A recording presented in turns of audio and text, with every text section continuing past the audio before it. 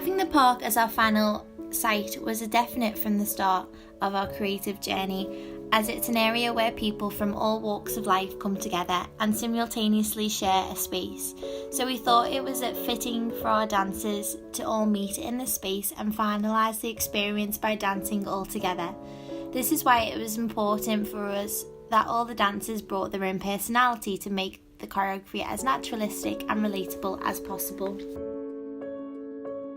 This is the largest performance space out of all our chosen areas. It gave us the most opportunity to explore and play with the space, which allowed us to replicate the playfulness that would happen in a park. We have incorporated the surroundings within the dance. Koplowitz 1997 states that site-specific choreography is influenced by the choreographer's response to a particular space and/or location, which presupposes an implied awareness from the choreographer when selecting spaces for site-specific performances. The choreographer tunes into this awareness on a conscious level while simultaneously reacting to the process of experiencing operating at a subconscious level.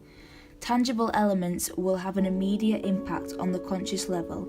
These formal and structural elements in the site and practicalities of staging including sight lines and health and safety obstacles.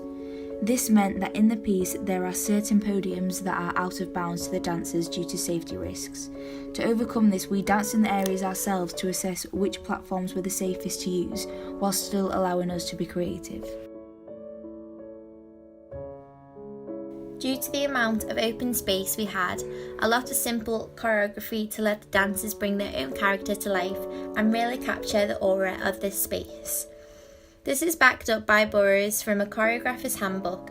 As they said, sometimes recognisable movement frees the audience from having to work out what they're seeing, enough that they notice more important things. This was crucial for our site-specific piece, as we really wanted the audience to be immersed in their surroundings and the choreography to complement that rather than distract them from it. We included dance techniques such as repetition and canon in the choreography to reflect daily life.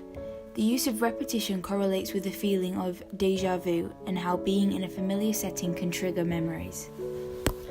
Also, we chose an uplifting piece of music for this final dance, as it connects with the sentiment that a park provides for families and friends on a daily basis. The staccato accompaniment made it easy for us to pick the dynamics of the movements that will be shown. We used strong rigid steps to also link to the linear pathways the start of the park provides. We found it easier to choreograph the chorus of this piece, so this was the first stage of the park choreographic process. The chorus is the highlight in the music and allowed us to provide the correct emotion that we wanted for the rest of the piece. The American choreographer Paul Taylor quotes, "Sometimes when I start, I don't have a clue what we're going to do. I just start. If it doesn't lead anywhere, then I start over. But once you get going, it doesn't have to be the beginning or the middle or the end of a dance.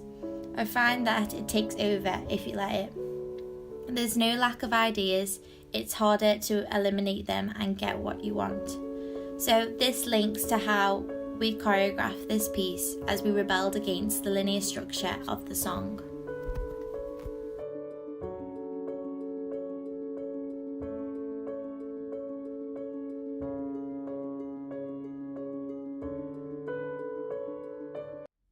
We'd like to take this time to thank you for following this journey with us.